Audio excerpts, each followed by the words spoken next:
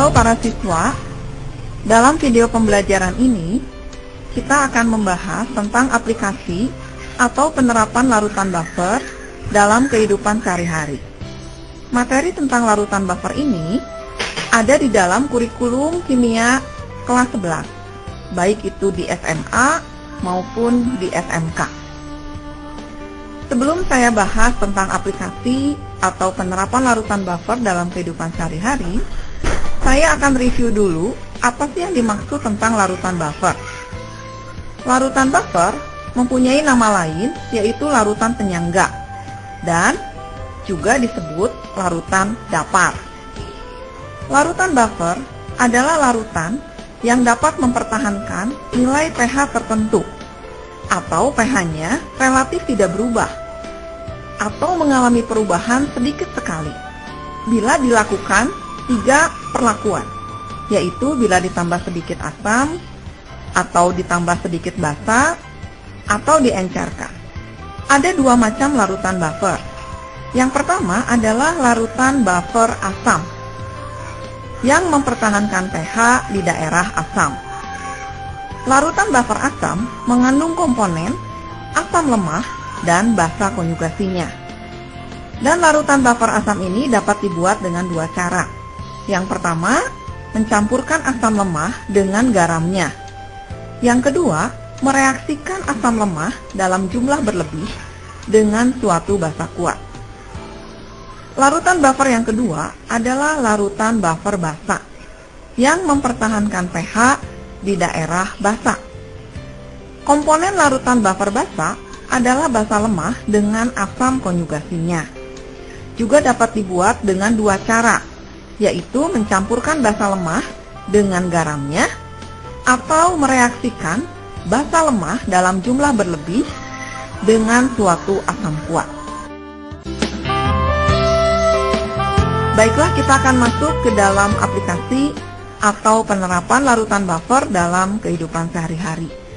Ada banyak bidang dalam kehidupan sehari-hari yang memang menggunakan larutan buffer. Di antaranya yang pertama adalah buffer dalam air ludah. Yang kedua, buffer dalam darah. Yang ketiga, buffer dalam industri kulit. Yang keempat, buffer dalam fotografi. Yang kelima, buffer dalam industri farmasi. Terutama larutan buffer digunakan dalam sediaan obat tetes mata, obat suntik, ataupun obat infus. Kemudian yang keenam, buffer dalam industri makanan. Ada banyak makanan yang dikemas dalam kaleng. Misalnya buah-buahan dikemas dalam kaleng, ataupun ikan misalnya dikemas dalam kaleng. Dan lain-lain banyak bidang yang menggunakan larutan buffer. Dalam video pembelajaran ini, saya akan bahas tentang aplikasi buffer dalam air ludah dan dalam darah. Larutan buffer dalam air ludah yang berperan adalah pasangan H2PO4- dan HPO42-, di mana H2PO4- adalah asam lemahnya dan HPO42- adalah basa konjugasinya. Pasangan buffer ini menjaga pH mulut sekitar 6,8 dan mempunyai fungsi mencegah kerusakan gigi akibat senyawa asam yang dihasilkan dari sisa-sisa makanan. Yang kedua adalah buffer dalam darah. Darah kita atau cairan tubuh kita mempunyai pH 7,4. Apa buktinya bahwa di dalam darah kita memang mengandung larutan buffer? Kita perhatikan 2 kondisi berikut ini. Bila kita tambahkan 0,01 mol larutan HCl ke dalam 1 liter darah, maka pH-nya berubah dari 7,4 menjadi 7,2. Perubahannya sedikit sekali. Kemudian kalau kita tambahkan 0,01 mol HCl ke dalam 1 liter larutan NaCl, ternyata pH-nya berubah drastis dari 7 menjadi 2. Inilah buktinya bahwa memang darah kita mengandung larutan buffer, karena pH-nya relatif berubah sedikit walaupun ditambah sedikit asam.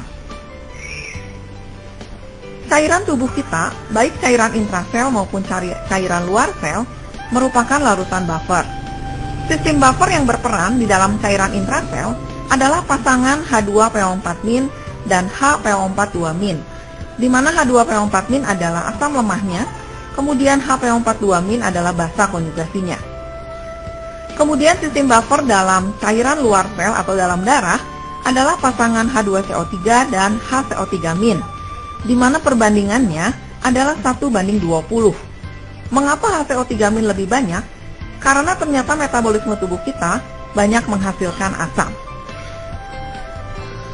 pH cairan tubuh kita adalah 7,4. Sehingga tubuh kita akan menjaga agar pH cairan tubuh kita tetap di 7,4. Apabila mekanisme pengaturan pH dalam tubuh gagal, ini bisa saja terjadi kalau kita sakit, maka ternyata bisa mengakibatkan kerusakan permanen organ tubuh atau bahkan kematian. Kalau pH tubuh kita turun di bawah 7,4, yang dinamakan keadaan asidosis, itu bisa terjadi karena penyakit jantung, ginjal, diabetes mellitus, diare yang terus-menerus, atau makanan berkadar protein tinggi yang dimakan dalam jangka waktu lama. Tetapi bila pH darah kita naik di atas 7,4, itu disebut keadaan alkalosis. Penyebabnya adalah bisa karena muntah hebat, hiperventilasi atau bernapas berlebihan yang disebabkan karena cemas, histeris, atau berada di ketinggian pada saat orang naik ke puncak gunung. Ya, para siswa, demikian aplikasi larutan buffer dalam air ludah dan dalam darah. Terima kasih atas perhatiannya. Sampai jumpa kembali di video pembelajaran selanjutnya.